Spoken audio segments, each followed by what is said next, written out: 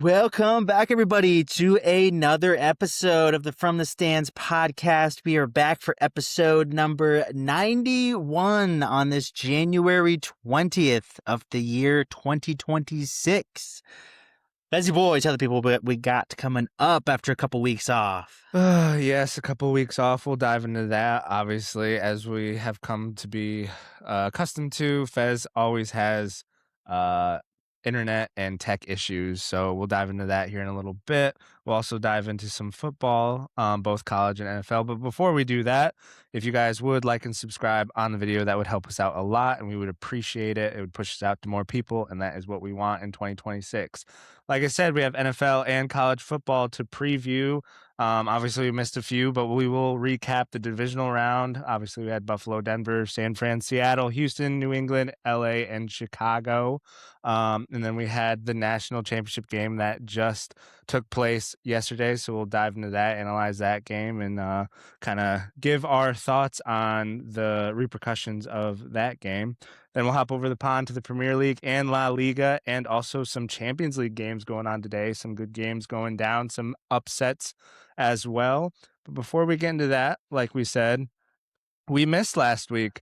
Obviously, we missed a ton of football. It literally always happens when we have so much going on, like the freaking NFL playoffs. My laptop decides to just take a crap. Obviously, it's working right now. Fingers Big crossed, old but crap. definitely gonna pick one up tomorrow. But yeah, Yeah, Sammy it was Boy literally kinda just giving like me shutting some. down on you like mid It was. Yeah, I sent you that picture. I was just like, Yeah. dude, like, it literally was just like something went wrong and we had to reboot, and it just kept doing that like over and over and over again. Then we tried one more time and Riverside was giving us crap, and at that point we're just like, we're just gonna wait till next Tuesday to pop a pot out. So we got all that to cover for you, but just trying to stay warm out here. It's nice for you. You get to sit in your little office at work, huh? Stay nice and warm. Oh, you're talking Yeah. about work. I thought you were going to stay at home versus your Oh, I garage. mean, But at home too. Yeah, like I mean, I got my little space desk heater over here trying to keep me as warm as I can. But yeah, they got me doing exterior rails at work right now, and I'm just like, why? ooh. Why of all weeks this week? Like it was so So, nice last week, but yeah. this So week you're you're stuck like, outside then, huh? I'm stuck outside. I gotta go back outside tomorrow too. Been cranking that coffee, man, just trying to stay I warm. bet. Yeah. Thankfully, I'm either in an office or going to like a model home or something like that where I just like That's scurry on nice. indoors to either meet with people or other coworkers. So thankfully, I'm not doing too much in the outdoors in these winter months. But Yeah, we're supposed to we'll get some see. snow this weekend, and I'm supposed to do some siding, and I'm like, I don't know how Good that's luck. gonna work. I don't want to do that, but I got to get it done at some point, so Yeah, I might don't have to bundle envy up and that. yeah, it's supposed to be some higher winds too. It can't be on a ladder like that. OSHA, OSHA. gotta Yeah, you're not gotta. made for any kind of cold. You're made for like No, Miami, Florida type weather. dude, I almost moved to Florida in like 2019. And sometimes I Really? regret it. Sometimes I was going to I don't move with think I ever knew Brandon. that. He was trying to get me to move down with him because his brother was moving out of the house they lived in together. I was like, Oh, bro, you're gonna I be in really want to. Pensacola, huh? I was almost in Pensacola, man. How life would have been different. And then I moved here and I Yeah, was like, this is kind of nice. You get all 4 seasons and, kind of.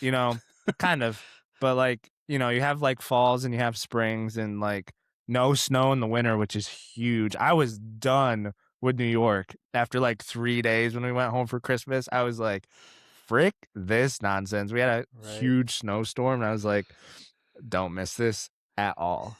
At all. So you don't even like it enough to enjoy it for a couple days when you're up there, and you're just leaving a couple of days later. Like you just hate it. Yeah, I just can't stand it, dude. Driving in the snow, like it was so bad. Like no one else was on the road, and I had to like travel from PA to New York, and hour 45, an hour and 45-minute car ride took me 3 hours in the snow. Yeah, And there's no traffic. You that's just had to drive slow. yeah. There was no traffic Ugh, because no one was out. It was just I just had to drive slow. brutal. It was that bad, man. I That's the couldn't worst. stand it. It was awful. But anywho, trying to stay warm out here, bring you guys a big time episode But we appreciate it again if you guys would like and subscribe. Can't talk. But without further ado, we'll get into the episode. Starting off this podcast with a little NFL talk. We're right in the thick of the playoffs at the moment. Just had the divisional round wrap up this past weekend with some great games, for the most part, at least, except for one game that we'll get into in a little bit. But we're going to start out with a little Buffalo versus Denver on a Saturday afternoon.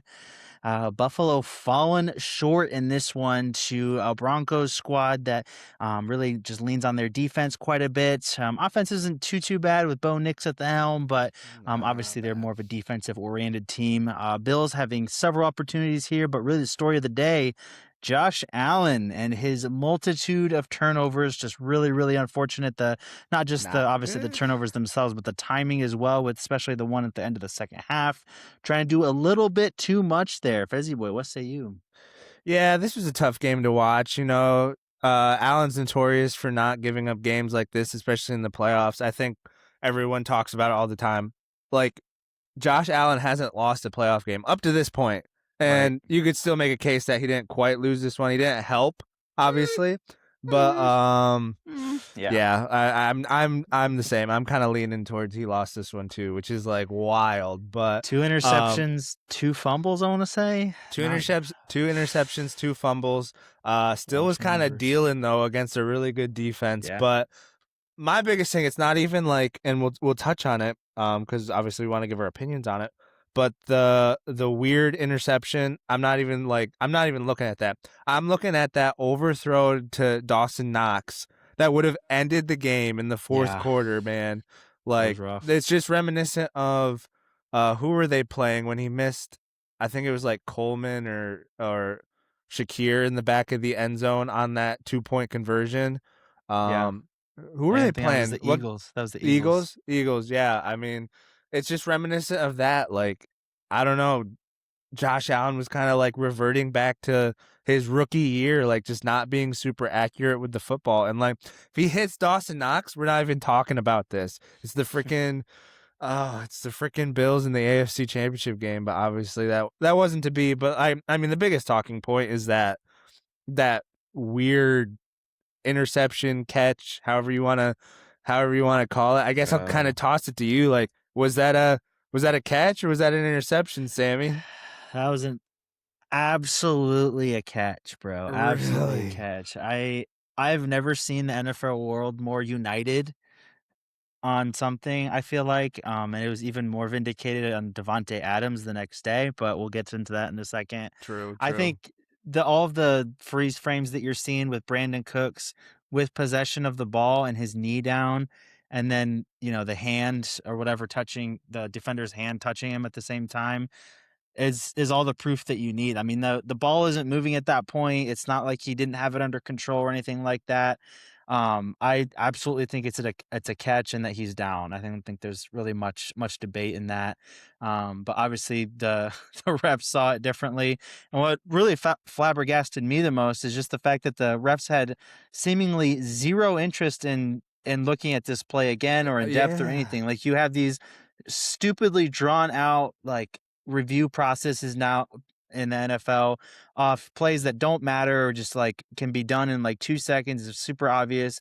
But then you have something like that, it's in the biggest moment of the season so far in the NFL, and they don't even, take a second or third look at it. Just kind of seemed like they just were fine with what was ruled on the field and just kind of kept going, which I think was just a disgrace to, this game and to both the teams playing too, which I think is really unfortunate. So do you think it was a catch, or you think you're leaning more INT on that one? You know what? I'm kind of okay with it because like I said, in my mind, the pivotal moment was that miss to Dawson Knox. So like, taking everything else away, they still had a chance to win the game at the end of the day. And so I don't know. I don't really get hung up on it too much. My biggest thing is you're taught and the refs are taught, and I think it's actually a legitimate rule. Tie goes to the pass catcher. Like, correct. Tie goes to the offense. That was definitely a tie. Yeah. but my thing. I think it's just so Yeah, go ahead. stupid. Sorry to interrupt you. I No, just you're think it's good. so stupid that, like, let's say theoretically that he was down. Like, basically what's happening here is, like, receiver comes down with ball. Let's say he's down and then defender comes and steals the ball from him while he's Yeah. down. Like, Uh-huh. that's basically how I obviously it happens a lot quicker than that in real time, but, like, when you slow it down, that's basically what happens here. So by the Right. time the defender has the ball, in my opinion, the receiver should already be down, but Yeah. I Yeah, don't and know, man. my other case, and again, we're gonna talk about it more in the actual game, but with the Devontae Adams catch, like if you put them frame by frame next to each other, in the Bills and Broncos one, the defender got his hands in way later than the Devontae Adams catch. Like Correct. the Devontae Yeah. Adams catch was even more bang bang, like both of them going for the ball, both of them Yep. have hands on it, but Yep. like uh just Yeah. Brandon Cooks is literally like on the ground with possession of the ball, and the guy puts his Yeah. hands in as his knees down. And so it's just like, to me, it's like, what else does Brandon Cooks have to do other than like obviously hold on to it? But like, Yeah. I don't know. And I mean, you bring up a good point with Josh Allen missing that throw to Dawson Knox a little bit earlier. I mean, that was I wouldn't say the throw in the Eagles game is quite apples to apples. That's a much harder throw. You know, it's farther down the field. It's more and at an angle. I think he was pressured a little bit more. Yeah. But that's absolutely a throw that he should be, he should be nailing in real time. But also wanted to get your opinion on, like, obviously that was what happened on the Bills possession right before that's, basically the turnover that gave the Broncos the ball. But Hmm. then on their ensuing drive, the two PIs that were called back to back basically on their drive as well. Like, what did you think about those? Do you think those were both of those were legitimate? And I don't know. I guess I'll just get your thoughts on that. Are you talking about the PIs on the Bills or the PIs that the Bills Called um against the Bills, like on called? the Broncos last drive. Basically, the Broncos did almost nothing on that drive. They basically got two PIs, 50 yards of PIs, and got all the way down there for the field goal. So Yeah, that was, again, I'm I not think they, so. I think they threw a screen pass and then like two PIs. That's how they got down there. Yeah, literally. And I again, I'm one to say like let them play obviously late in the Yeah, game, but we have to show some consistency. I think that's what everybody's looking for, is just some consistency out of the refereeing at the end of the yeah, day. And just based on the calls that went against the Bills and the calls that the Bills didn't get, like right. that's what everyone's up in arms about. The inconsistencies in the reffing is what made it so egregious. Like, I get at the end of the game you swallow the whistle a little bit, but like if we're calling the whole game a certain way, don't swallow the whistle like at the end of the game. Like, call the game consistently all the way through. That's just what we want to see as fans, and obviously as Buffalo Bills fans more than anything. Sitting here after the divisional round for sure. Yeah, Bills had a pretty, bang bang like pass interference not called um going their way when they had the ball a little bit earlier in overtime in the corner of the end zone that I thought should have been called. But then they call these two like for the Broncos on their last drive. Like the first one I can kind of live with, Hmm. but then the second one, like both of them, letter of the law, yes, it's pass interference. But these are absolute like moon balls that Nix is throwing up there Hmm. severely, like, we have to stop, like, rewarding, like, underthrown balls Yes. for the offensive team, like, Yes. he's, like, just chucking it up there, it's like a one of those, the the first thing I thought of was, like, one of those Steph Curry warm-up shots where he, like, throws it Yeah. super high up in the air and, Yeah. like, it goes in or whatever, that's the first thing I thought of, he's just chucking it up there, Yeah. receivers, like, underthrown, receivers kinda trying to get back, and then, like, obviously the Bills guy gets there a little early, and boom, PI flag, which I thought was ridiculous, like, Yeah. that's basically what Bo Nix did on back-to-back plays on that one, just like these, just these moon balls that are just chucked up there. Yeah. And there's so much time before the ball comes down that they're obviously going to be hand fighting everything. It's going to be PI. So I just thought that Hmm. was just so dumb, and like to reward them, in that kind of position. Like they already gave him one, and then to give him that second one too. Like it's just kind of. I thought it was kind of, you know, ticky tack Yeah. Mickey Mouse. Like again, if you're not going to call that one on the for the Bills earlier, like you're gonna Mhm. give them back to back, and you're essentially sealing the game by giving them, like, a 24-yard field goal, like, I don't know. That didn't sit right with me, but, it is what it Yeah, is. absolutely. And I think the league needs to do a giant overhaul this offseason, not only of the rules, but like also the crews that they have. I feel like I don't know, the past couple of years, especially this year, I feel like there's just been more and more calls missed, bad calls, Yeah. different It judgment feels like calls the that just refs are getting worse somehow year to yeah, they're year. just getting worse, and I mean, it's something that even, like, big media has, like, noticed, like, they've talked about it on Get Up and, like, First Take and Colin Cowherd, they're, like it's all over, like, the media, like, during this entire season, and I feel like they just have to do something where, like, I don't know, they gotta Yeah, do I mean, better refereeing training or I don't know, they just gotta overhaul it, but your point on, like, uncatchable balls, like, there has been so like, in the past, like you said, those balls that, like, are sailing over people's heads, like, if the ball's not catchable, like, then it's not PI because he couldn't get it even if you weren't holding him or doing whatever you were to guard him, so it's just yeah. something the league has to take a look at because it's really starting to get out of hand in my opinion. Yeah, and the underthrown thing just drives me insane. Like, I see it, like, Yeah. week in, week out where, like, these quarterbacks, the ball is severely underthrown. The receiver's, like, kind of, like, faking like he's trying to get back to it or whatever, Mhm. but he's actually just running into the defender and just, like, basically getting Yeah. a free PI call, which I think is stupid. But, yeah, I mean, the ref thing for years and years, like, basically going back 15, 20 years at this point, like, it's just a talking point that, like, why are we still having, like, these guys that have part-time jobs, like, Yeah. refereeing games? Like, you're a multi-billion-dollar company, you can't get full-time refs and train them and Yeah. do all this stuff.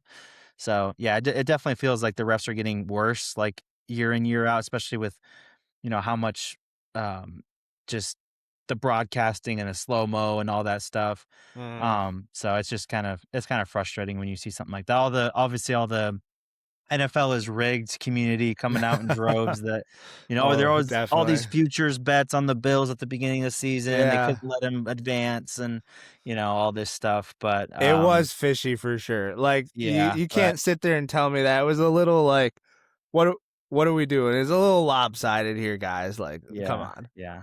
End of the day though, like Josh Allen turning it over 4 times, can't have it, can't have it. Can't But I mean, it, yeah, and he took responsibility. he Like, he did. broke down in his presser, and he was like, "Dude, like, this one's on me." He's like, "I let my team down." Like, and this is why we love Josh Allen, like, always taking the blame. He's even taking the blame when it really wasn't his fault, but, like, definitely Yeah. this time with him directly being involved in the reason that they lost, like, you love to see that from your franchise quarterback saying, like, "Yeah, this was my fault. Like, I'll take it on the chin. This sucks."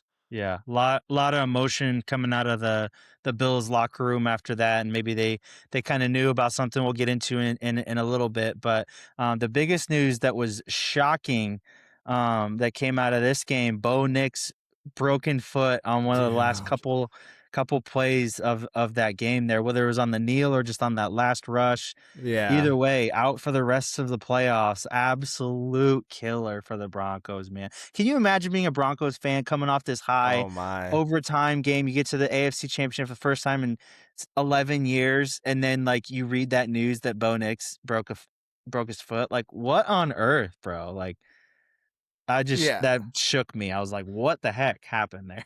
Yeah, I couldn't believe it when I first saw it because I mean, I guess it was smart of them, but literally Sean Payton came back out of the locker room after he found out and was just like, yeah, like, Bo's out the rest of the season. It sucks. We're going with Stidham in the AFC Championship Killer, game, man. which as a football fan totally sucks. Oh, Like, for like, terrible, dude. not even coming from like a Broncos fan because I'm not, but like, it just Mhm. sucks. Like, to see an AFC Championship game with a backup quarterback in it, like, Yeah, I and just it just sucks. it's not a backup quarterback that's like, tenured backup, has lots it's not like a Yeah, Jacoby Brissett or like a Davis Mills or something like that. It's like this dude that's just like been riding pine for years, never sees the field, like yeah, no shot kind of kid.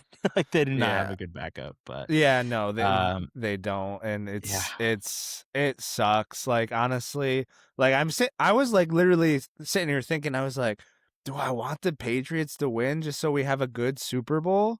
Like, Yeah. because like if the Patriots turn out to be frauds, which I don't think they are, but if they turn out to be weaker than people think, and the Broncos get past them because of their defense, and they actually, Stidham does just enough to beat the Patriots, and they slide into the Super Bowl, like the Rams are gonna take it to them, like a backup QB against the Rams or the Seahawks defense. Like that's just an unwatchable Super Bowl unless Stidham comes out and pulls a Nick Foles. Like, we'll Yeah, give him credit for certainly. that, but like I just don't see it happening, man. Yeah, obviously at this point of the season, you want everybody to be as healthy as possible because you want to see the best games, and that's really what makes this point of the season that much better. But speaking of a team that does not have basically anybody healthy anymore, San Oh Francisco no. 49ers playing the Seahawks, getting Yeah. absolutely obliterated. 41-6. This one was out of hand really from the first quarter. It was like already like 17-20 to nothing after the first few several minutes there. Obviously, they running back the opening kickoff for a touchdown. That was very impressive by Yeah. Rashid Shaheed, which he came over from Buffalo, didn't he? He's a pretty good No, gadget. Tampa. Okay, okay. It was Why did I Tampa, think yeah. was he on the ever on the Bills? He might have Maybe he been. was. I'm not sure. I don't But think he was. I think I'm just making that up. But anyway, 92-yard touchdown return to start the game. So obviously they're starting off very, very in good position there. Niners never really got going. Obviously they're down so many players at this point. It's not even funny. Multiple defensive guys. George Kittle's down. yeah. Christian McCaffrey, he was doing everything he can, but he was even hurt and banged up in this game. Brock Purdy was running for his life out Yeah. there. Which was kind of funny to watch. I think I'm pretty sure this was the one with I think Tom Brady was calling this game. Mhm. And he was hearkening back to the Super Bowl where he faced the Chiefs. And he was like, "Yeah, it looks like Mahomes that one Super Bowl he faced me and he was running for his life out No. there for like Ooh. 500 yards in the backfield or whatever." But Mahomes getting some yes, shade, bro. yeah, Seahawks taking this one pretty easily. Kenneth Walker over 100 yards, Mm. 3 touchdowns on the day. Very, very impressive stuff on offense from Seattle, just beating up on a Niners team that really had no business to be in this game to begin with, kind of squeaking by their um, whoever I'm blanking on who they beat in Eagles. the Eagles. That's right. In the wild card round, but yeah, Seahawks looking great. Yeah, Seahawks probably are the best team still left in the playoffs. Unless the Rams have something to say about it, this will be the third time they play each other coming up in the NFC Championship game, which we'll touch on in a little bit. Mhm. But yeah, the 49ers, I think you kind of you put it together perfectly. 49ers just they lost Kittle the last game they played, so they came to this game even more depleted. They lost to the Seahawks last game of the season for the number 1 seed. So obviously when you play a team that many times in division and you kind of figure them out and they don't have any of their players, it's kind of a wrap from there. But yeah, Seahawks are an absolute wagon. Their defense is so good. Some are saying even better than the Legion of Boom era that they had. Darnold has obviously figured something out. He was able to beat the Rams. We'll see if he can do it a second time in one season. He's playing really well. Their special teams is crazy with Rashid Shaheed taking off. So, yeah, it's going to be interesting to see this NFC Championship game coming up. But yeah, feel bad for the 49ers because they just what a great coaching job by Kyle Shanahan. Like, dude, just having nobody to lean on other than McCaffrey, and Purdy was playing out of his mind. He's kind of like silenced a few doubters, saying, he's not an elite enough quarterback to really like put a team on his back. Some people point to this game and say, like, yeah, no, like Purdy's still not all that. But I mean, the dude literally had nobody in McCaffrey. So like what are you going to do with that? Like if you take away everybody's weapons like on any team and tell them to go win a game, it's going to be very difficult. So Yeah, um just happy to see them do well. They just I'm sure we'll get into the coaching thing, but they just lost a coordinator to a coaching hire today actually, or last night. I think it dropped like literally after the national championship game, but yeah. good for the Seahawks, dude. Cool to see them good again and doing it the right way, it seems like, too. Hitting on some draft picks, defense just flying around and dude, I would love to see a full circle arc with why am I blanking on his I literally just said it. Their Darnold, quarterback. I just said it. Did Darnold. you Darnold. Yeah, I don't know why I just blanked on that, but yeah, just full circle moment would be cool if he won a Super Bowl, dude. Before Josh Allen would be Wild. wild. Wild. Yeah. Wild. Yeah, the Niners just, I mean, again, impressive that they beat the Eagles. Didn't really see that coming just with how much Yeah. so how many injuries they did have, but the Eagles just, I mean, they were sputtering out anyway. But yeah, Fred Warner out, George Kittle out, um Bosa at the beginning of the year, Brandon Ayuk out, Nick Martin linebacker out. Like it's just, you know, player after player. And have you seen? I don't know, remember if we touched on this or not, but have you seen all of the not conspiracies, but it's like it's basically proven at this point. But the reason for all of the injuries allegedly for the 49ers is because of the there's like a big electrical substation right next to their stadium and practice facility. Uh-huh. That's like, have you seen that? No, I haven't. Yeah, it's pretty interesting stuff. It's like kind of a big deal at this point, and I'm really wondering if the Niners are going to do anything about it. It's basically there's like this huge thing about the substation giving off like EMFs and radiation stuff way higher than it's supposed to. Oh, really? And there's like a correlation between like that and like muscles and joints and stuff being weaker or not like getting stronger the way that they're supposed to. So that's why they're having all Really? these like Achilles problems and ACLs and like all this muscle stuff because of the electrical substation.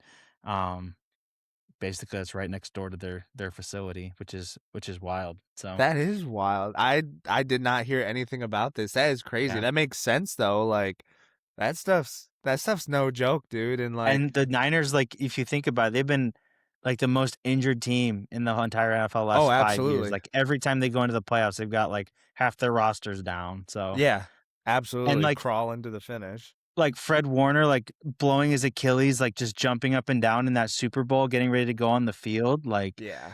what? Yeah, So, exactly. Exactly. yeah, There's something going on. That's crazy. I didn't realize that was a thing, but shoot. yeah.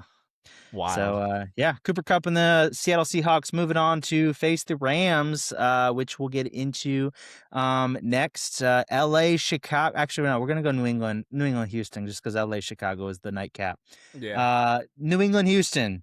Turnover fest up in Foxborough. I think a total of Uh, 8, possibly 9 turnovers yeah. between the two teams in total. Pretty crazy stuff going back and forth there. Houston, really just their offense was non-existent in this game. Big No. credit to New England's defense showing up pretty well, especially from the beginning there. But yeah, that's kind of the tail of the tape. There is just Houston's defense coming up big, forcing a ton of turnovers, showing why they're the best defense in the league. Dude, Will Anderson is an absolute animal. I Mm. think he had 3 forced fumbles on his own in this game, but yeah, New England are able to just kind of stave off the pressure from the Houston defense eventually, and kind of just profit, I guess, from the Houston not really able to get it going, and Stroud having an absolute stinker of a game. Yeah, dude. CJ Stroud was awful, dude. And someone said it perfectly. He's been chasing his rookie year for the past 2 It's years, and Troy obviously Aikman, boy. yeah, and has not been able to catch him. And it's sad to see because he's actually one of my like favorite players to watch. Yeah, Uh, and like I'm really rooting for him. But like after this, dude, there's some questions in Houston that are gonna need to be answered for sure. Definitely, if CJ is gonna be the guy long term, like I don't know.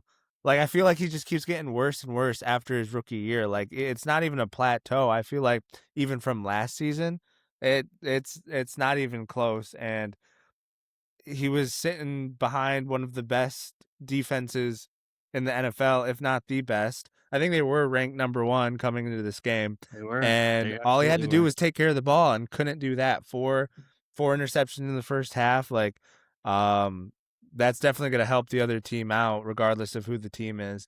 Right. But props to New England for making the most of those turnovers. And I don't know the actual stat, but did they score on every one of those turnovers?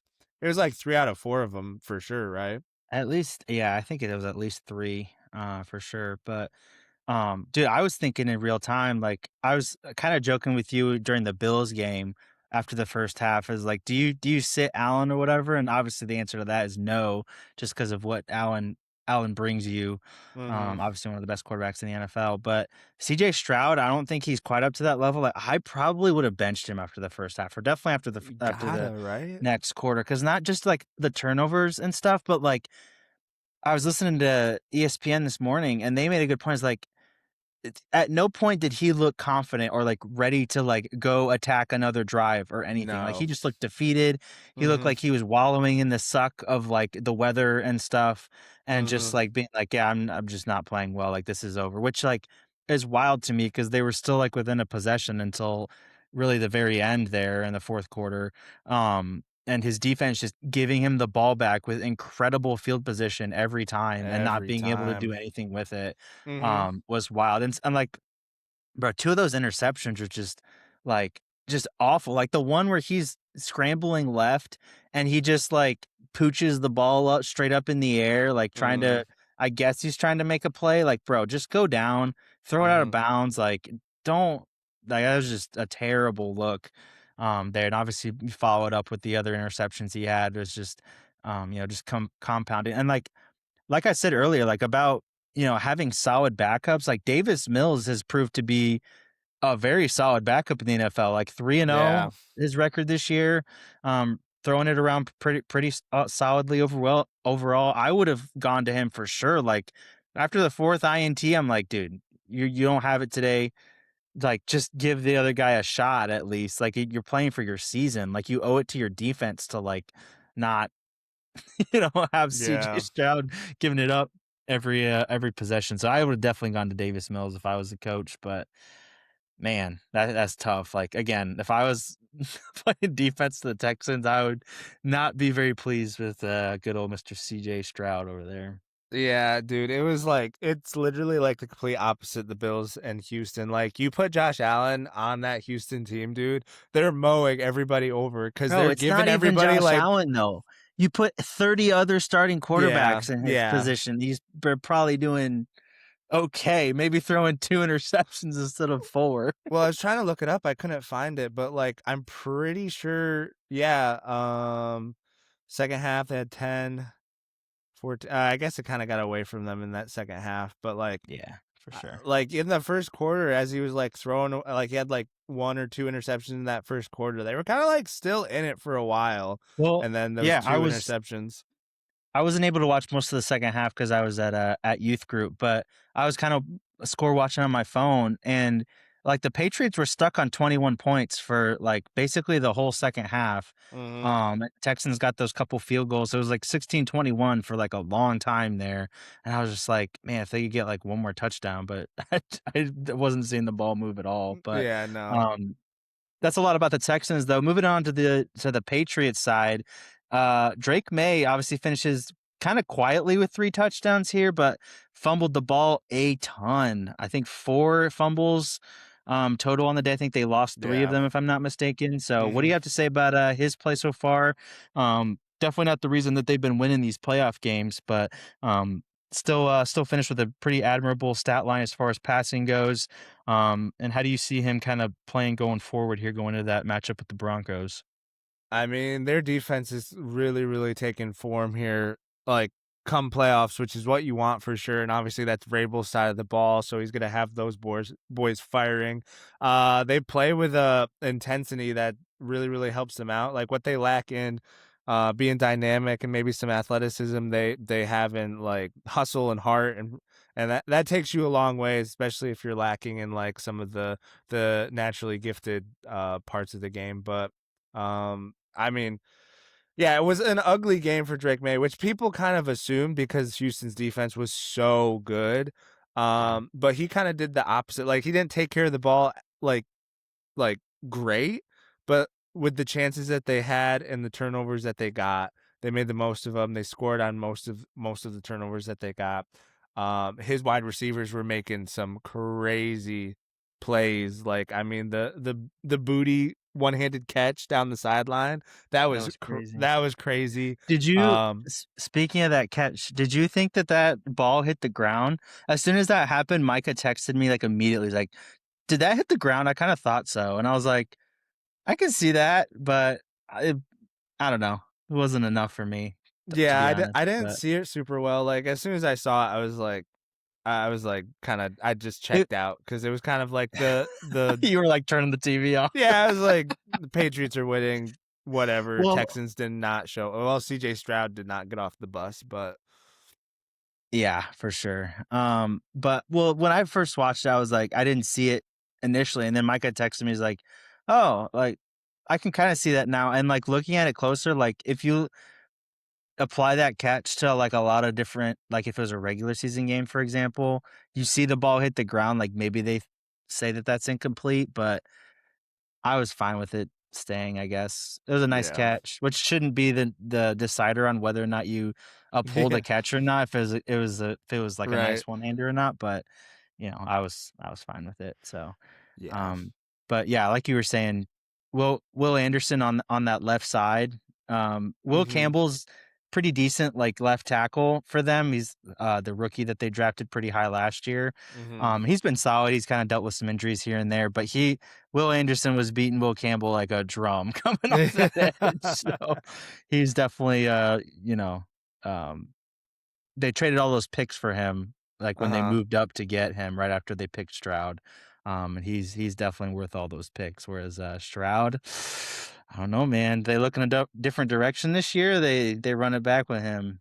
I mean, they re-signed Mills, so like, I mean, he's shown to be Yeah, like a really, really good backup quarterback that can win you games if you need him to. So, I mean, he's there if Stroud starts really, really, really dipping, which would be super unfortunate for Stroud. But like, I mean, I don't know. They had a good season, so like, they wouldn't really be high enough to. And there's really no good quarterbacks coming out this draft. So it's like you run it back no. with Stroud, see if he Well, regresses even more, and then get a quarterback in 2027. I didn't necessarily mean drafting another one, I meant, like, who could they go get, but there's really nobody out there that's, a pretty high caliber, either free agent or guy that's, you know, wants to be traded except for maybe Joe Burrow, but I don't see him, I don't think that that's as realistic as some people are That'd be making it out to crazy be, though. but Dude, you put Joe shoot. Burrow in that game, Patriots. Dude, no chance. No chance. Oh my goodness. I mean, I know they were missing Nico Collins and then Schultz went down early in that game. So I know. they were down some weapons, but still, man, like you were saying, the air mails that Stroud was putting out there, you just can't be doing that, bro. Can't be Yeah. doing that against a US defense mail. like the Patriots, man. Oh man. Yeah. They got Yeah, Gonzo Schultz back there. Like, yeah, no. Yeah, No. Schultz, like, he's a solid tight end, like, he's super underrated. He came from the Cowboys, obviously, before the Texans. He was always great for us, so to see him go down too, I was like, "Man, Yeah, that was tough. can't buy one." Really, the only good receiver they had out there really was, Christian Kirk still. He Yeah. was balling, but And I think they even lost somebody to a concussion like on the first kickoff of the game too. yeah, I'm blanking on who Like that was, but it yeah. just yeah, it wasn't like a huge name, but I'm pretty sure he was like one of the wide receivers that was playing because Nico Collins wasn't playing. Like, it just did not Yeah, start off well for Houston, and then it got bad quick in that first half. But yeah. yeah. Yeah, moving on to the nightcap game. Rams Bears played on a cold, frisky Yeah. 0-degree day. Wind chill, I think, felt like -5 or something like that. So, hmm one of the coldest games in playoff history here down in Chicago, or up in Chicago, I should say. We're in Greenville. Real, just back and forth game. Little bit of a slow start, but the Bears able to kind of, I guess you could call it a little bit of a comeback just because Rams were up for most of this game. Caleb Williams, not a great overall day by him, throwing 3 interceptions. Or kind of the story of this season is him chilling for 3 quarters and then showing up in the fourth and being like, "All right, I understand it now," and just kind of Yeah. wheeling him back. But Yeah. what do you guys say about the Rams coming in clutch here? And we'll kind of dissect the throw, if you know what I mean, and the overtime Yeah. at the end. So. Yeah, I mean, Matty Stafford out here just showing why he's the MVP. Dude, cold weather doesn't bother him. Obviously, his efficiency throwing the ball around it's obviously gonna be hampered when it's that cold. Snow's coming down, field's slick and everything. But wild stat, Rams had 0 drop passes in that game. 0 drop Wow. passes. Like that doesn't mean Stafford like missed some throws. It's just like on the throws that someone should be catching, they caught them. Like, which was like props to the Rams. Like, they got ready for this game. They knew it was going to be a tough game in the elements, and they were up for it for sure. I'm not saying the Bears weren't, because we will dive into that. Dude, that throw by Caleb Williams, man, was one of the craziest play. It topped his like 2 weeks ago against Yeah. Green Bay, where Yeah. he was like rolling left, throwing across his body, and was literally getting his feet like taken out from under him, all arm strength. Like, this one backtracked like 25, 30 yards, I know, heaved it dude. to was it which Cole tight end? Kmet. It wasn't Loveland, it was Kmet. Komet, yeah, in the back of the end zone, dude, and like on a dime, on a rope, right to him. It wasn't like this one that Komet had to like track. He was like open, corner of the end zone, back foot, slinged it, and ended up tying the game. And dude, I just was watching that. And I was like, dude, Caleb Williams has kind of arrived.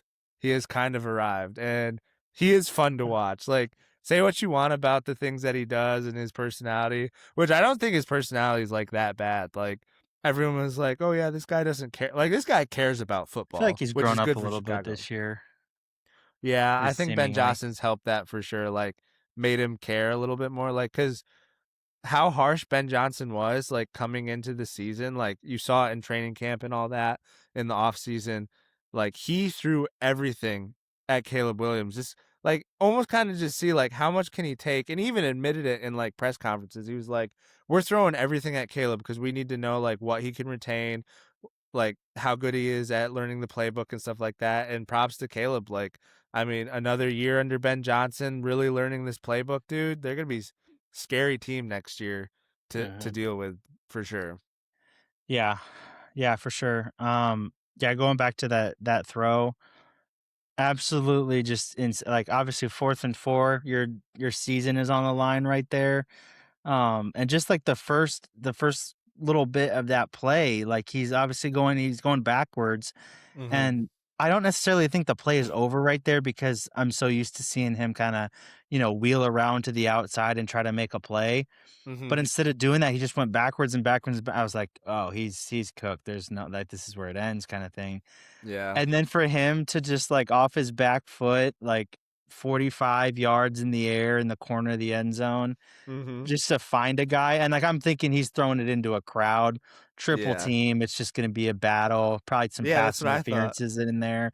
And then to just see Komet wide open in the corner of the end zone, I was like, what the heck just happened? Like, oh my goodness. Like, again, it's Yeah. just like obviously no rooting interest in the game, but like I'm getting off my couch for that. Like Yeah. I was just like, it was funny because Joy was there, and like I was just like, oh my god, like I got kind of hype or whatever. Saying, I thought you didn't care about either of these teams. I was like, I don't, but that play was incredible. Yeah. And then Absolutely. obviously the going into overtime, I would say I guess I was rooting for the Bears technically, but I was like, I still kind of want to see Rams Seahawks. Like I think the Yeah. Seahawks would probably destroy the Bears. Uh-huh. So Right. after the Rams punt and, Bears go on a little bit of a drive, they have several passes there at the beginning. I'm like, man, they're really about to knock them off here. And then just that miscommunication between Williams and DJ Moore, Yeah. forcing that pick, and Stafford and company just kind of, methodically going back down the field and getting that field goal was huge. So, Yeah. incredible game. It was Overtime fun. is Overtime playoffs is incredibly It's fun. where So it's at, man, dude. Yeah, that game was so much fun. Again, did not have a rooting interest again. Like, we kind of said we would adopt the Bears, but we both love Matthew Stafford a lot. So, yeah. I Uh, think that I think it was Matt Hasselback or something like that who said it today. But he was just like, the NFC Championship game might end up being the Super Bowl, because mhm. I was seeing on the Colin Coward show today, they were saying that these teams are literally split by like 1 point, like the points scored, they're split by 1 point. Yards, like total yards in each game, is only the difference is by 1 yard. So like literally dead even in like all metrics head to head, which is crazy. So this I'm looking forward to this game. It's gonna be a really good one. The NFC Championship game is gonna be wild. I think it's gonna be a classic. I could be wrong, like, Rams could show up and know exactly what to do and steamroll 'em, or Seahawks might be an actual wagon, and the Rams don't know what's gonna hit them. But either way, I'm Yeah. pretty excited for it. Yeah, yeah, it's a great segue into kind of the AFC NFC Championship previews. I guess we'll start with LA Seattle, even though it's the second one happening. Uh, how do you see that one going down? Obviously, you kind of thought it was going to be a classic, and I guess who you're rooting for, and who do you think is going to go through? Oh, this one's tough. I really think Seattle is the better team, but I'm one to pick Mm, experience, and I'm gonna go Rams because I think Stafford's been there, done that. They got the quarterback edge. They have a really good defense. They have the coaching edge. So I'm just gonna take experience and just being there. Seattle's really young. They're gonna be good for a while. I could see them getting over the hump, maybe even next year. But I'm gonna take the Rams in this one. I think. I think they figured it out after 2 games for sure. are you rooting for the Rams as well? Probably a little bit. I would like Matthew Stafford to get another Super Bowl and really propel himself into the Yeah. conversation with, like, maybe even, like, the Drew Breeses and the Peyton Mannings. Like, obviously, no one's catching Brady with 6 freaking rings, but, with 2, Seven. he's gonna be up there with, like, I think he's already there with, like, the Ben Roethlisbergers and stuff like that, but, like, definitely with, like, the Drew Breeses and the Peyton Mannings, he'll be up there for sure. Yeah. Well, Drew Brees only has one, so Right, but everyone kind of, he like, doesn't when have they the talk second about one. the greats, it's like Tom Brady, Peyton Manning, and then from there, you kinda throw in, Yeah, like, Drew Brees, Aaron Rodgers, yeah, but, like, he's he would jump, like, Aaron Rodgers, like, some people like, there's people out there that think Matthew Stafford might not be a Hall of Famer, and I think that's just insane. well, that's what I was gonna say. I was like, well, if he gets a second one, he's definitely knocking on the door of, like, maybe a top 10 quarterback of all time kinda conversation, and that's what I was gonna say is, like, before his ring, people were questioning if he was even a Hall of Fame quarterback, which that's solidified beyond any shadow of a doubt at this point. He's probably gonna win the MVP, Mm, gets a second Super Bowl too. That would yeah. be I know that getting an MVP and a Super Bowl in the same season is extremely I'm pretty sure that Mahomes was the first one to do that Mm, because when he won that MVP and they played the Eagles, like, several years ago, everybody was like, "Oh, he's not gonna win because MVPs MVP never curse, win yeah, the Super Bowl in the same season," which I think he did. So that'd be obviously bolstering his resume and everything, but, definitely. I already think he's probably better than Big Ben. Drew Brees was so accurate. I'm still not gonna put him better than Aaron Rodgers, even if he does get a second Super Bowl. Just prime A-Rod, dude. He was different. Yeah, But definitely. that's obviously a discussion for a different day. But as far as my pick, kind of similar to yours, I'm gonna lean LA just by like a hair. Mm, Experience definitely comes in clutch there. Sam Darnold, I think he may go back to seeing ghosts a little bit this game. Obviously didn't have to do too much against the 49ers. They were just it was kind of lopsided from the beginning.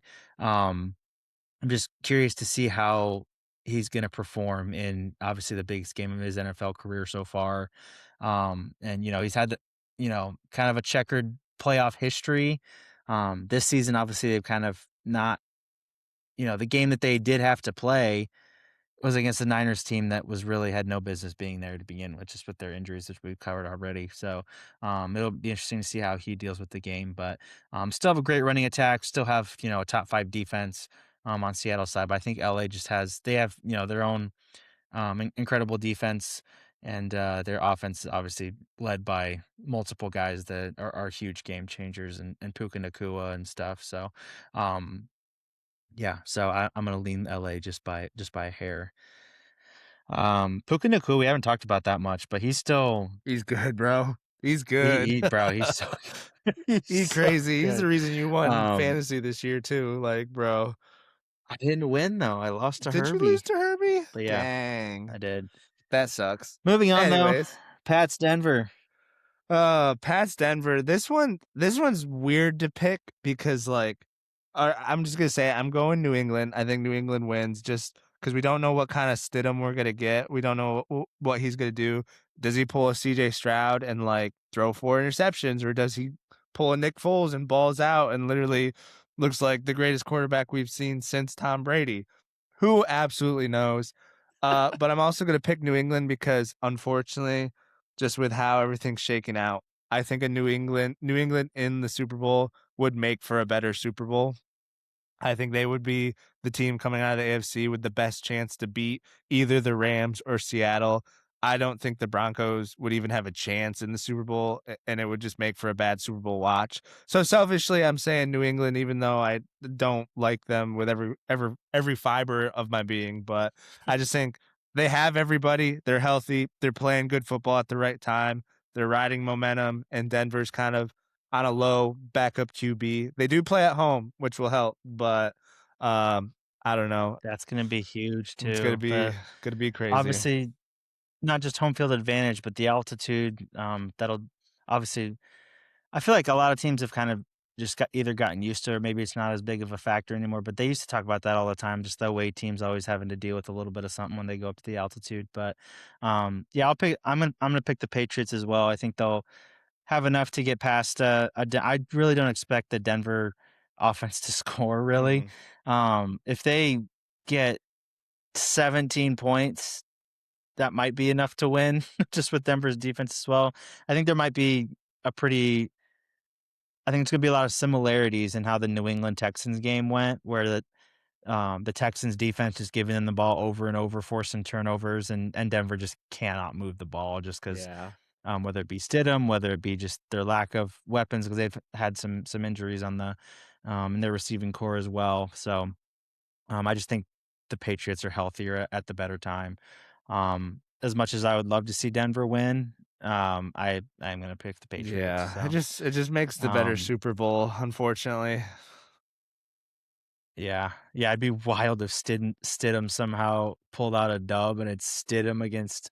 Bro, can you imagine if Seattle won and it's Stidham and Darnold in the Yeah, dude, freaking Super Bowl? for real, dude, for real. Oh man, that'd I be saw wild. something though where someone was like, imagine Seattle wins, but Darnold's oblique injury is worse and he can't play in the Super Bowl, and Denver Oh wins. So my we got goodness. Stidham and Drew Lockett, Lock, is that their? Yeah, freaking Stidham and Lockett Super wild. Bowl, bro. Like, honestly, Yeah, give me that, because like at that point it'd be even, two backup quarterbacks, like. vibes. But yeah, New England Yeah. would just be the better What one. Anyways. what do we got to say about New England's flight through the playoffs here so How are far? we gonna go into this? I know you were on the old IG a little bit Uh trolling. yeah, I was trolling a little bit. It wasn't even so much New England, but I guess we're gonna put this on record. But obviously our boy Peter is a huge New England fan, and we were kind of all going at it in the group chat. Uh Without a shadow of a doubt, and you know, New England fans can come at us or whatever, y'all have had an easy ride. And I say that saying, like, as a Steelers fan, I would have paid so much money for your schedule. And obviously you're gonna come at me like, oh, it's because we were bad last year. I get it. I get it. But it doesn't negate the fact that it was easy. You got the 2 seed, and then you played a Chargers team that was banged up. I'll just say that. I'm gonna say banged up because I could go into their offensive line literally not being able to stop a nosebleed. Um Yeah, last in PFF, Last in like P every Yeah, lineman literally was last last in in their PFF. position. Herbert obviously banged up. But whatever. Whole team banged up. So weaker Chargers, who were not playing very well to end the season. And then you played a Buffalo Bills team, not Buffalo Bills. What am I freaking thinking? Gosh dang it, I'm losing my mind. That would have been a good Yeah, game. that would have been a good game, and you guys are lucky you don't have to play them. Then you have a Houston team that CJ Stroud literally gave you guys 4 turnovers in the first half, and I mean their defense was Yeah, still. I mean they created turnovers too, but CJ Stroud literally. I'm not gonna say he gave you the game, but like the biggest thing I'm upset with Patriots fans is like, just admit that you have gotten lucky, and just admit that CJ mm, Stroud helped you win that game. Not saying that he won the game for you, but any team would take 4 turnovers in their favor every game. yeah, And it's just yeah, let's stop pretending that. I'm not saying you guys are bad, not saying you guys are elite. You guys are a good team. You're ahead of schedule. Yeah. Good for you. But you have had a lucky road in the playoffs, and now you get to play a backup quarterback. Yeah, that's the cherry on Yeah. top is the backup QB. I'm like, bro, like, can it? Yeah, yeah. You're playing the 1 seed on, On paper, it half, looks good, but but like, yeah. I mean, I'm as much of a Patriots hater as I am. Like, I'm willing to like, work with them a little bit and be like, okay, if you played a Bills team and looked really good, and beat them. Like, that's an impressive win in the playoffs, yada, yada. And like, I was kind of coming into the playoffs being like, all right, Patriots fans, like, this is where you can show everybody that you've been yeah, here. And it's just like, you know, bounce after bounce, like circumstance after circumstance seems to fall their way. And again, it's not their yeah, fault, but I'm just like, come on, bro. Like, it's just, yeah, man. And again, just on top of all that is it's the one season where we don't have Mahomes and yeah, Burrow and like all them boys in there. But yeah, it's definitely frustrating as a resident Patriots hater. yeah, But it's yeah, you can't. I mean, what you said was basically you know spot on. Is like it's just like I said, circumstance after circumstance just seems to be all falling perfectly for them to. right, And again, like you said, like I just wish my team like maybe would have had a shot at something like this. Like my Cowboys, knowing my Cowboys, we probably would have found a way to screw it all up yeah, and like lose in the wild card round or something. But like I would have loved to go in as the second seed, winning 13 games and rolling in there against some subpar playoff teams that you know have good defenses, but right. really just aren't going to score on you because they're terrible on offense. So you can turn the ball over as much as you want. There, they're not going to score on you, so you just be chilling. Dude, for real, But for yeah, real. so Yeah, I mean, we'll and see. this is coming from a Steelers fan where I know am fully aware that we were probably in one of the worst divisions out of the entire league this season, and we had no business being in the playoffs other than a friggin' lucky loop missed field goal at the end of regulation at the very end of the season to send us to the playoffs. Like we had no business being in the playoffs, dude. Like the only reason we're in there is because we got Honestly, the lucky. Ravens probably would have given the Texans a little bit better of a game than E- y'all e- boys did. Exactly. So this is coming from a guy that realized I got lucky too, and that's all I want from Patriots fans is like just admit like, all right, you're a good team. You look better than you are because of your schedule and because of your playoff teams. Oh, we have to play people who are in front of us. Yeah, so did everybody else, and it just so happens that everybody else had harder competition in front of them.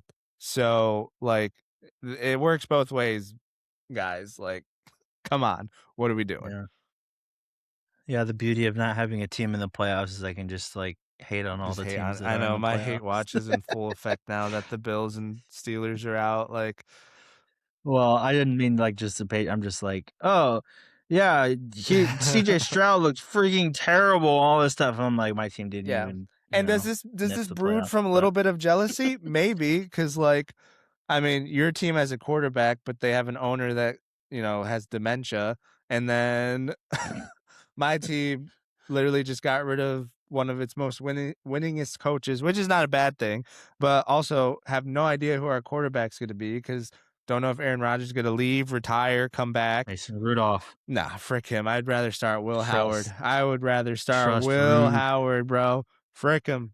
Frick him.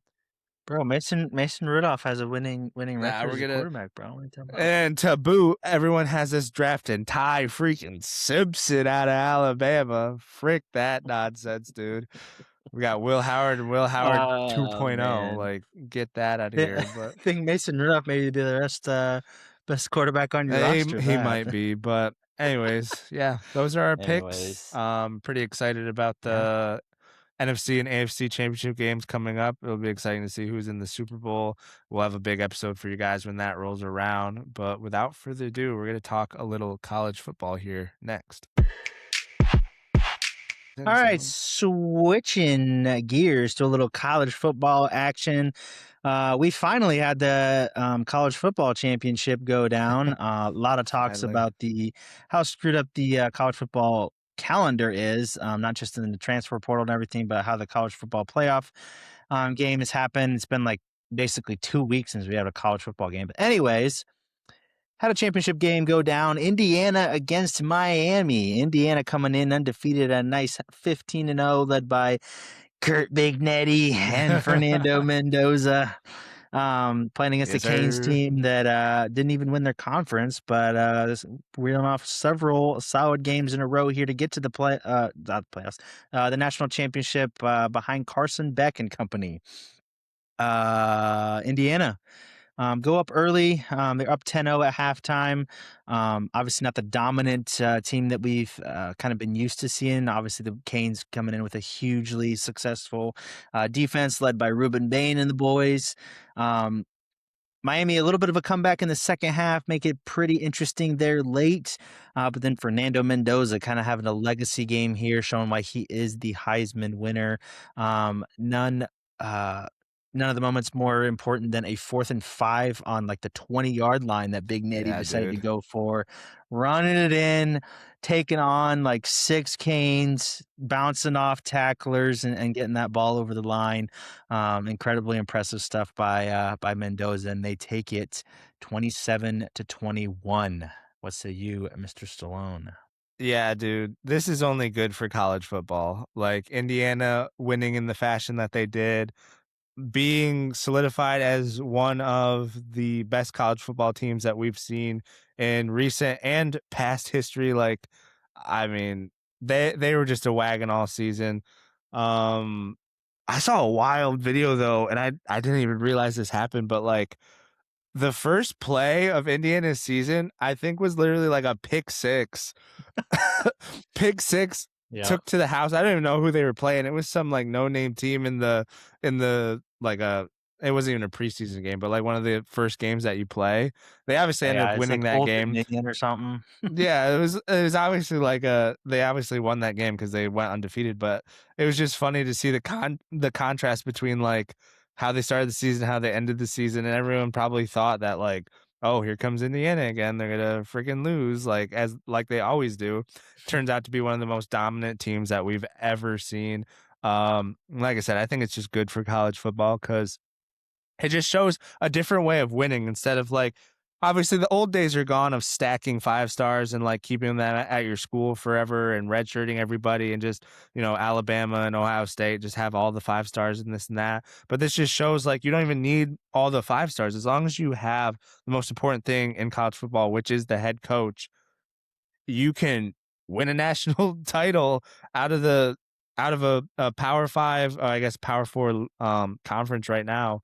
But yeah, just insane. And I I didn't really have a horse in the race. I just wanted to see a good game, which it ended up being. But cool to see Indiana go from literally the worst to first in a 2 year span behind Yeah. Signetti. Really cool to watch. Yeah. Yeah. I love to see Indiana win this one. Really impressed with obviously just the fact that I've been on before saying what a great job Kurt Signetti's done. Really, just a team littered full of 3 stars and a couple 4 stars in Mhm. there. Um, just really, really well coached. I said that the other day as well. Hardly see them make any mental mistakes and everything. Malachi Tony really impressed me in this game on the Kane side. Yeah. He's going to be a really good. He's a freshman, dude. Which Yeah.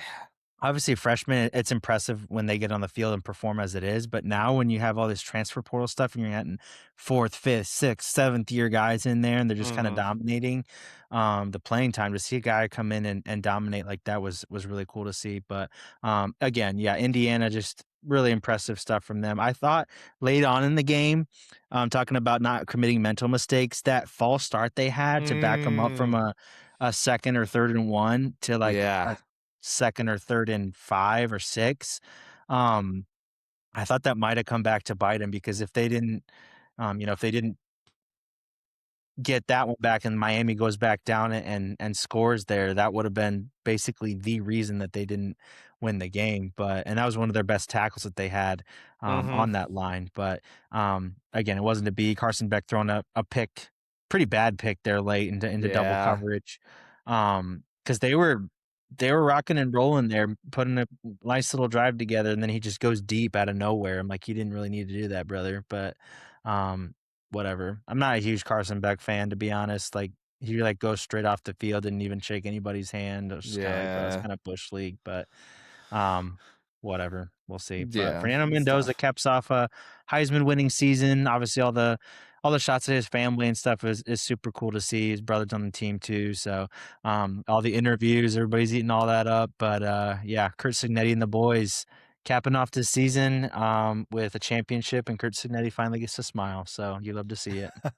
He does finally get to smile, but, you have here in the doc, like, Signetti, is this, like, the best coaching job we've ever seen? And I'll throw this in because you texted me this when it happened, but, like, and you can give your thoughts on it. Like, do you think this is sustainable? Do you think, like, we have a dynasty budding here, or do you think there's just too much parity for any team to really repeat, like, kinda like the Alabama like, the era of Alabama winning all these, national titles?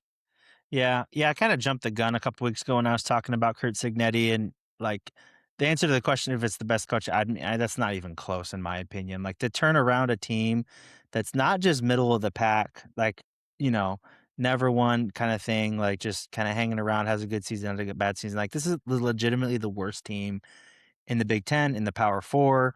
Like, they've had, like, 2 winning seasons in, like, 25 years, haven't won anything since, like, the '50s, basically, and to take that team and to do a complete 180, and not just to the point where you're, like, fighting for Big Ten titles, you're in the hunt for the playoffs and all that stuff, but legitimately a powerhouse that's Mhm. dominating teams, putting up 60 on Big Ten competition and beating, like, Oregon by 56 to 20, whatever it was, Yeah. beating Alabama 40-3 or whatever it was. Like, that's like, that level of not just building it up to be a contender, but dominance like that, Mhm. it's absolutely incredible, and obviously it's helped a little bit by just the environment we're in now with the transfer portal, and you can flip a team around basically in overnight, and have, completely, green grass ahead of you as far as, clean slate and everything. But, you still have to coach the guys and implement a game plan and a system and all that stuff and have all the right ingredients as well. So, and then as far as, you know, building for the future, I think Indiana's here to stay. Like, all the SEC people, like Paul Feinbaum and all those clowns on ESPN are like, "Oh yeah, this is a nice story, won't last," kind of thing. But I was like, SEC hasn't won in 3 years, buddy. Like, I think Indiana's here to stay with Kurt Signetti. It's the coach was the biggest thing out of this squad. Obviously, they have some talented players. I really like Charlie Becker, that sophomore wide receiver who just catches every 50-50 ball. Obviously, not Yeah. going to have Mendoza after this year, more than likely. Even though I thought I checked last night and I was like, is he a junior? Like, I'm pretty sure he was a junior technically, but he's probably gonna go to the NFL. Yeah, Um, definitely. but again, I just think they're gonna reload. Like, if they can do it with all these 3 stars, like, if they have their pick of the litter, Mhm. they're gonna go out and basically be able to recruit anybody they want at this point, and people are gonna wanna go to Indiana. So, and again, you got the coach. I think that they're gonna be around for a long time going forward, given, Ohio State and Oregon, all they can handle in that Big Ten. Yeah, that's kind of what I said to you when you texted me. It was just like everybody's gonna want to play for Indiana. Like the recruiting and the portal has already been won. You win a national championship, that's where people want to go. Like people want to go win a national championship, and they want to.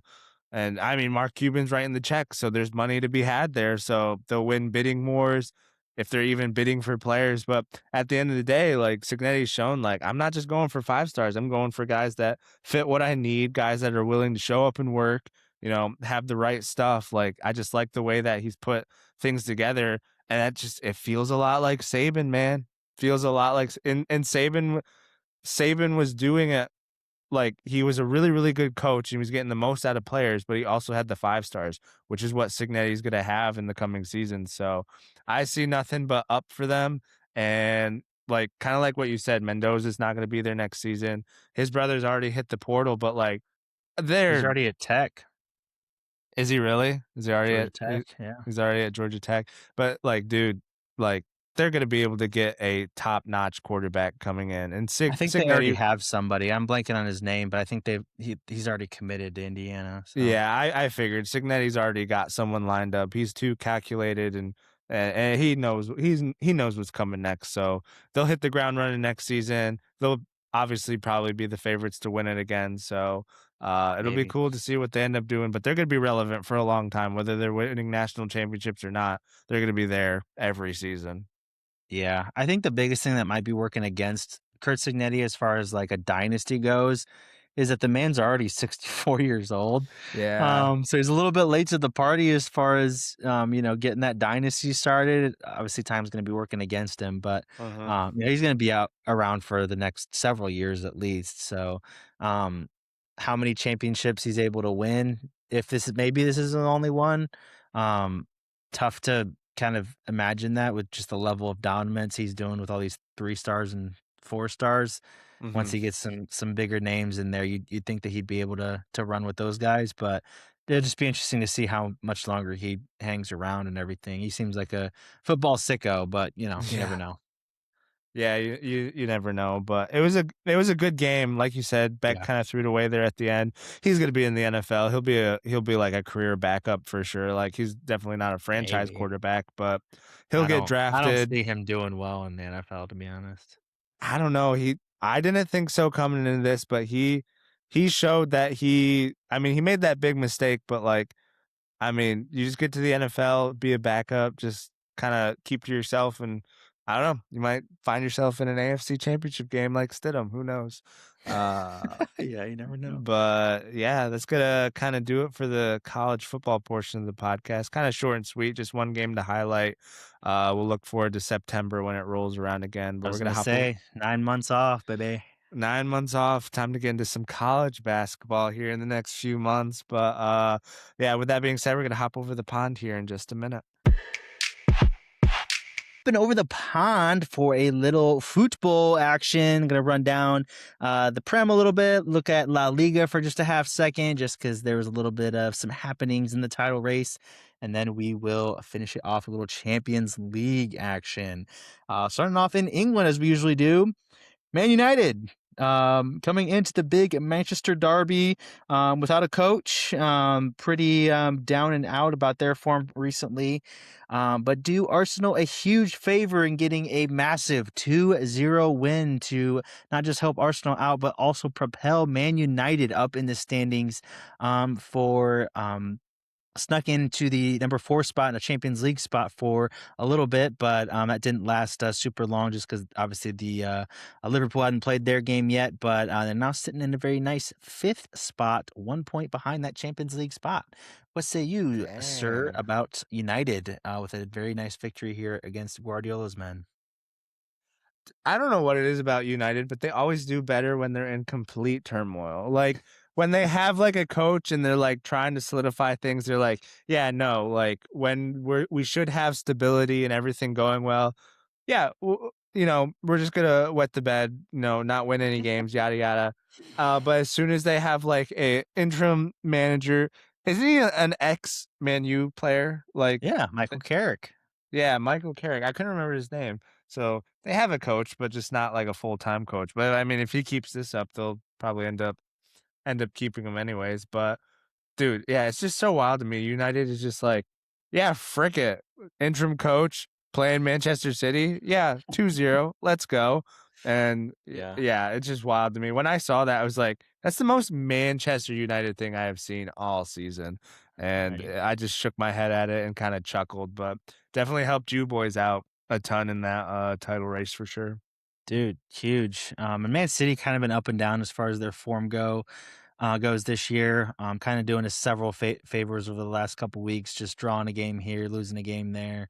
Really, the draws are what's hurt them more. But yeah, we extend our lead up to 7 points now. We weren't able to take full advantage, and by beating Nottingham Forest, played to a pretty boring 0-0 draw against them. But yeah, it's now up to 7 points clear of Man City. In second, Aston Villa also doing a nice little favor by not playing super well as of late. They lost to relegation zone Everton at the weekend, so obviously that was pretty nice for us as well. So like I said, 7 point lead at the top of the table. Liverpool also drawing to Burnley, which is pretty unimpressive. They've just been unimpressive as a team this whole entire Yeah. year. But like I said, still holding on to that fourth place spot, but not really in the title race at all. Therefore, the defending champs, unfortunately. Yeah, like I mean, you said it perfectly. They've just been so underwhelming. Like they hit this point in the season where it was just like they started losing games and really, really sliding, and then they really haven't gotten back to like the dominance that they started the season with. I think they were just coming in, a lot of new players, kind of riding that high off of winning the league last season and being super dominant last season. Kind of surprised that they didn't win more trophies than they did. But yeah, just not finding some of their players that they got haven't hit, which has hurt them. Like Verts really hasn't figured out a whole lot in the Terrible. Premier League.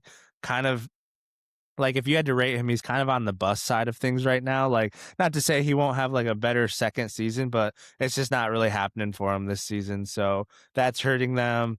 I thought they had like an injury too. Like, Isak still? I feel like they had some injuries, but I don't know. And then there's turmoil with like Salah getting hurt. Like he's hurt. No, he's not hurt. He's just there's like drama between him and the coach, and he's probably Yeah. out after this season. So definitely some things going on, but just having the players that they have, you think they would do better, but just haven't.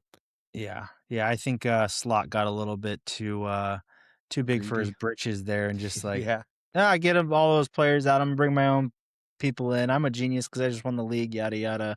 Hmm. Now he's figuring out it's not quite as easy.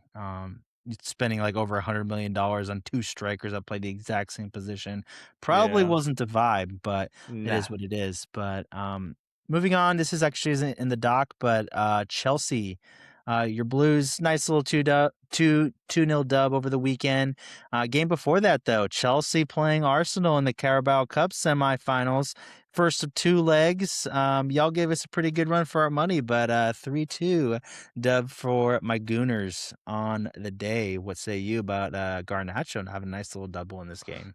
I mean, yeah, good for us. We turn up against the Good biggest for us. competition every season, but then we play freaking I don't even know, just some no-namer in the league, and we just it's I mean, I'm pretty sure every time we bring up Chelsea, I always talk about this, but it's the You're most so frustrating. negative. It's the most frustrating thing to watch. Like we give you guys a run for your money. Obviously, we lose because you guys are a good side. Like if you're gonna lose any games, those are the games you want to lose. But then we absolutely don't even show up against like bottom of the barrel teams, and it's so frustrating because it proves that we have the talent. We never should have gotten rid of Maresca, to be completely honest. I don't know what we're Yeah. thinking. We're not, but yeah, it's gonna be some reeling moments right now Yeah. for Chelsea. Well, I we kind of punted on the season after we let Maresca go, to be yeah. honest. Well, all is not lost. You still have the second leg of the semifinals here What do for you the freaking Carabao do? Cup. Not that I really care about the Carabao Cup, but when you're playing, another top six rival, it makes for good entertainment. But Yeah. before we hop over to the Spanish La Liga, wanted to ask you just one more question about the Prem here. Obviously, I am a biased Arsenal fan, Uh-huh. but just seeing how the Prem is kind of shaking out and everything, you think this is the year that Arsenal hold on and finally win the Premier League after 22 years of pain and hurt and sorrow? Or do you think they choke once again and Man City or maybe even like an Aston Villa or somebody like that catch us from behind once again?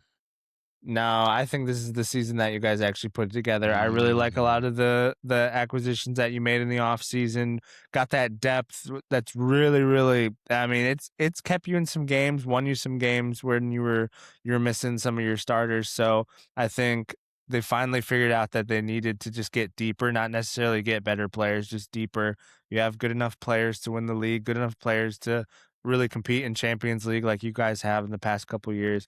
I think this is the season because even though we were kind of weighted and Manchester City did hit their stride, it's not as dominant as it's been in the past seasons where it's just like win after win after win after win. I'm not super high on their squad. I don't think they're really the squad that's like a world beater like they used to be back in the day. I really think this is the season that you guys find a way, really hold off, especially Manchester City, and finally get it done in the league, and possibly even the Champions League too. Like you said, that one's going to be harder. Obviously, Yeah. by nature it is, but I think you guys really get over the hump in one of the competitions this year. Yeah, I'm hoping for the same thing. I echo some of those things that you're saying as well. I think we're built a little bit better for a title race this year. But we still have like basically the reasons that I would think that we wouldn't win the title is obviously just like falling against teams that we should be beating or just like tying with teams that are in the relegation, which we're doing still, which I think is Mm, hilarious. But this time we don't have like that constant pressure of Man City winning every single game where we have to keep up like that. Like they're, like we were just talking about, like tying and losing against teams that they should be absolutely beating.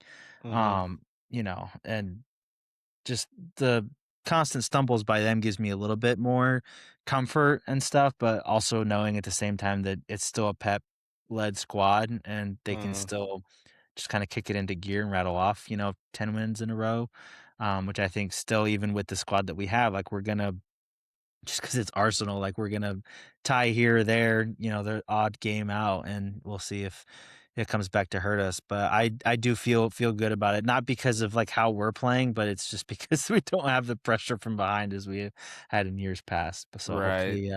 hopefully we can hang on, and yeah, Champions League is a little bit of a different animal, but I think we'll finally get through hopefully this year, so hopefully I'm not eating my words in a couple months when we're 3rd Hopefully not. place and, like, out of the title race by last few games, but, It's just gotta play like um you did against Inter today, which we'll get to, but, yeah, just exactly. gotta play like that. Yeah, quick pit stop before we get to the Champions League, though. La Liga. Usually, we don't talk about them unless there's something happening in the title race, which happened this past weekend. Barca losing to a Tough. 10-man Real Sociedad team, 2-1. Late equalizer that was chopped off from a Barcelona perspective. Absolutely dominated this game. Um, all the possession, all of the chances, but Mhm. ultimately not able to get this one over the line as Sociedad just kind of absorbing that pressure and hitting them on the counter. Mikel Oyarzabal got on the score sheet, and he's been at Sociedad for like seemingly his whole career. He's been Forever, on yeah. several Spain squads, Yep. but he just like Mhm. pops up against the big boys and usually scores and beats them. Just Yeah. kind of the little engine that could just pops up whenever he needs to and scores. Uh-huh. But yeah, Barcelona losing here and Madrid picking up all three of those points that they could have made up on Barcelona by beating a Levante squad, and now they're 1 point off the top. Yeah, tough loss for them. I think, they had the equalizer disallowed. They also had another goal disallowed. This was like they had 2 disallowed goals, tons of shots on goal, but just could not find a way. Obviously, when you go down, like if you when you go down like that, like, it's just tough, but to add insult to injury, Madrid taking all 3 points and see, like, that's La Liga in a nutshell, like, gotta win the head-to-heads. Obviously, the El Clásicos mean so much, not just because of the rivalry, but, like, in the title race, head-to-heads, and then, you know, just can't drop games like this, just needless games to drop, for no reason. Obviously, some things not going their way, but you just got to win these games if you want any chance to win La Liga. The margins are so tight when it comes to Barca and Madrid. They're always must wins for sure. Yeah, yeah, definitely. A little bit of fireworks in that Madrid game. Vinny Jr. and Jude Bellingham got booed basically every time they were on the ball because of some rumors that came out about them not being in support of the coach and being a big reason that he was let go a little bit earlier this month. So a lot of people kind of had them scoped out on their radar and just giving them giving them the business really the whole game. So whether or not those rumors were true, I'm not sure, but definitely seemed like they were true just based on how the whole thing went down with Xabi and everything. Didn't put this in the doc or anything, but obviously after Madrid lost the Supercopa final and Xabi was let go, they had a Copa del Rey game against Albacete, which is a second division squad.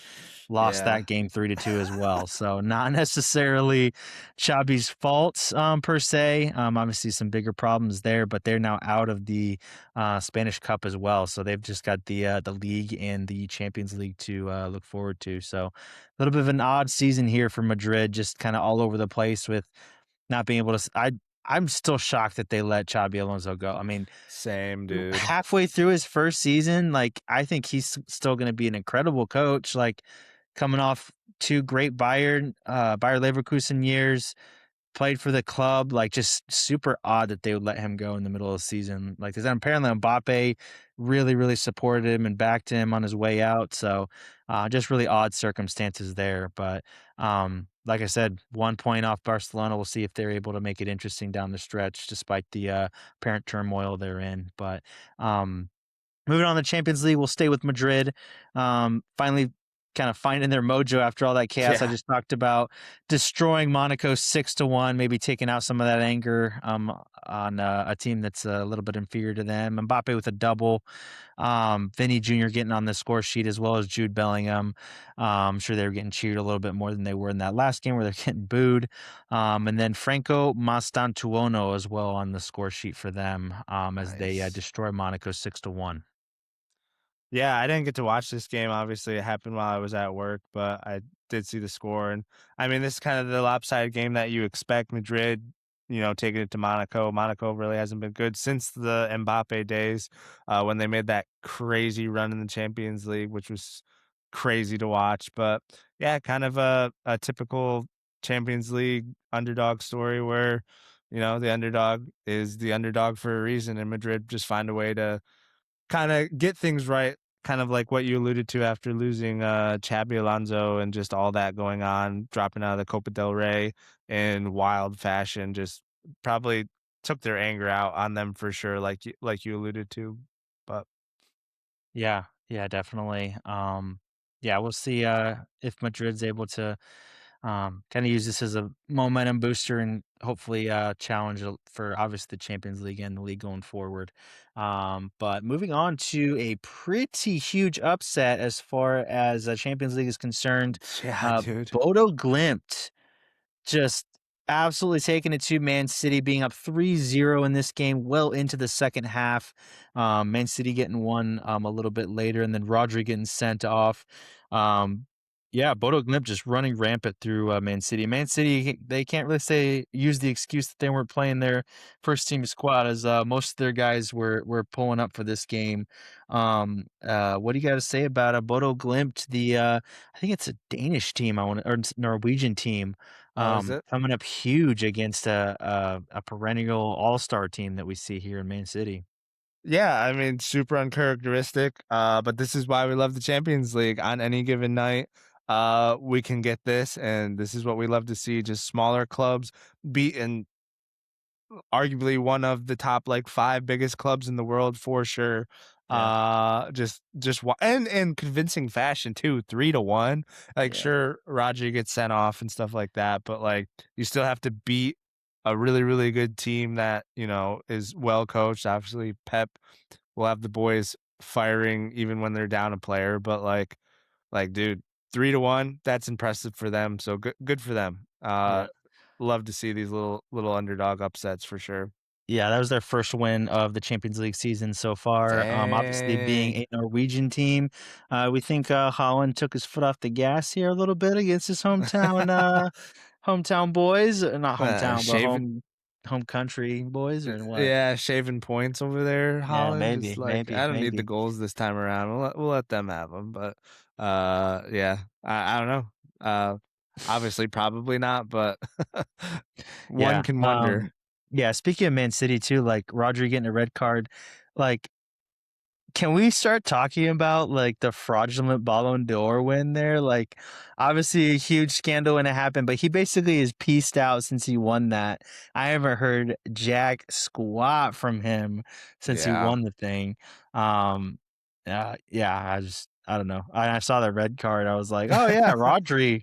Forgot about that guy. Just won a Yeah. Ballon d'Or and pieced, but Yeah, you maybe could I know probably he's. Go yeah. ahead.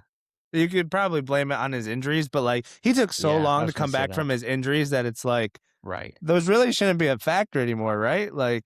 Yeah. you should be back, but I Well, know he that's what I had was some gonna say. I know setbacks and stuff like that, but he's been yeah, in and out of the lineups, and we know how much Pep relied on him when he was healthy. So maybe that's why City's kind of up and down this year as well because they don't have Rodri. But that's true. um, Maybe. what an insane thing to like build your entire like system around just one player. But Yeah, it is what it is. Moving it on, is. Sporting beating the holders PSG Woo! 2-1 in impressive fashion. A little smash and grab here towards the end. Pretty boring first half. I had it on a little bit at work. All the goals coming in the second half. Sporting actually scoring first. PSG bagging an equalizer through Kvaratskhelia. And then Sporting grabbing that 90th minute winner, like I said, through Luis Suarez, not to be confused with Inter Miami Luis Suarez. I was definitely confused. I was like, "Wait, what? What the Since when heck?" is he over there? Yeah, since when did he go to Sporting? Like, he's back in Europe and Messi's not? That's crazy. But no, I mean, Sporting's one of those frisky teams. Like, they're never probably gonna win the Champions League. Have they won it before? I think that they have, right? Sporting? Sporting have Nah. not. No, They no, have not? definitely Okay, not. that's I guess not super surprising, but they're one of those teams that's always like decent, like top of the Portuguese league, really frisky to play in the Champions League. And if you're not on your game that day, like PSG found out, like they can, like you said, smash and grab a result against a bigger club. I mean, PSG will be fine. Like this is like if you put this in the context of like, is this a bad sign or just a bad game? It's just a bad game. Mm. Like Yeah, PSG will be fine. yeah. Sporting, like maybe Rumodamorim go back home and That'd be gets it awesome. rolling I would love again. to That'd be see pretty that. sweet. Yeah. Maybe he's learned his lesson and just stays there for a little while instead of trying to chase. I know the United was the problem, but maybe just stay in Sporting for a couple of Mm, years. But yeah. PSG has been struggling a little bit recently. They recently got knocked out of the French Cup by Paris FC 1-0, and now suffer this loss in the Champions League. Only reason I bring that up is just because obviously they kind of run the French domestic league and the cup competition. Paris FC, I remember reading about something at the beginning of the season, kind of saying, "Hey, be on the lookout for Paris FC as the new club in a couple years here, Oh, just really? because they're backed by either Saudi or Qatari money, Of and they course. recently promoted. So not only could they be, buying some players here over the next couple years, but might have a pretty spicy rivalry with PSG as their stadiums are literally like right next to each other. It's pretty wild rivalry possibility there. So be on the lookout for that. But PSG on a little bit of a skid here last couple weeks, but I probably wouldn't be too worried about it as far as Nah, they're nah. concerned. They probably have a big margin for error as far as the French league is concerned. So last game we'll touch on here are my Gunners coming into the game against Inter away from home, beating them 3-1 on the day. Obviously, Inter coming in pretty high up in the standings as far as the Champions League is concerned. I think at the beginning of the day they were sitting in the third or fourth, I think. So pretty solid stuff for Inter so far, but Arsenal kind of imposing their will and beating them pretty comfortably 3-1 after a really solid game by Inter defensively, but we're able to pull away in the second half. Yeah, I was just listening to some of the commentary on this because I had it on at work while I was working a little bit, and they were just like kind of surprised that you guys rolled out like an A squad because you guys are first, Right. right? Are you first Yeah. in the table? I 6 guess. points clear in the Champions League table. Yeah, and they were saying that we're like you guys probably have enough points to move forward. Like it would take a lot for you guys to It's to secured obviously now not. for us to be in the knockout stages. Yeah, I was gonna say after this win, you definitely are in the knockout stages. But they were surprised that you guys came in with your A squad, and you probably want. I mean, knowing Arteta, you probably wanted to prove a point and just be like, "This is how good we are. We can beat an Inter squad that's like." They've been there near the end, like the last like 3 seasons, obviously making it to a final. But Mhm. yeah. Again, I just think this is the season that you guys put it all together. You guys have shown that you can beat good teams like Inter away from home, which is huge.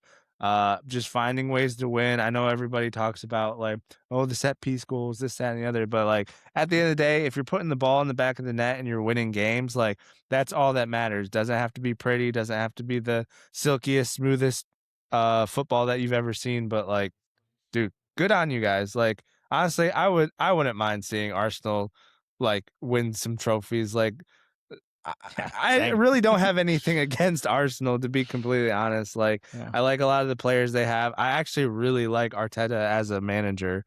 So yeah, I'm kind of low key rooting for you guys, even though that might be a little sacrilegious coming from a A Chelsea little bit. fan. But Yeah, I was really excited to see Gabriel Jesus get a couple goals. Obviously, big game in the Champions League. It's been a long time since we've seen him on a big stage in a big game perform well. So it was great to see him on the score sheet as well, and kind of giving us some some flashes of what he used to be when we first bought him. Obviously, he's dealt with so many injuries. He had the big injury last year and everything, kind of been in and out, trying to recover this year, but Mhm. great to see him back. And again, that's one of those depth pieces. Like when we bought him, he's supposed to be our number one striker, our number one, maybe even be on our left wing as well. But he's more of a depth piece now a little bit. But if we could get him, rocking and rolling on a consistent basis, he would be a huge depth piece and obviously be, challenging for some of those starting spots as well, which we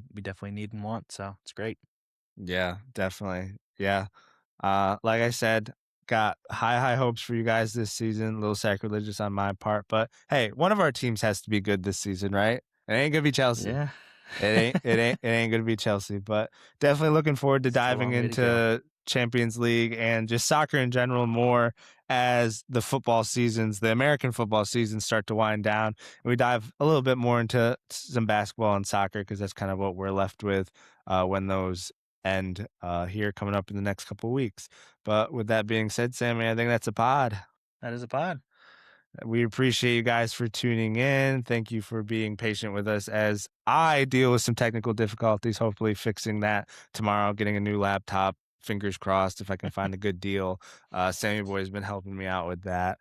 But again, would appreciate if you guys would like and subscribe on the video. Head over to Spotify and Apple Podcast. Rate and follow there. That would really help us out a lot. And we will catch you guys on the next one. All right. Peace. Peace.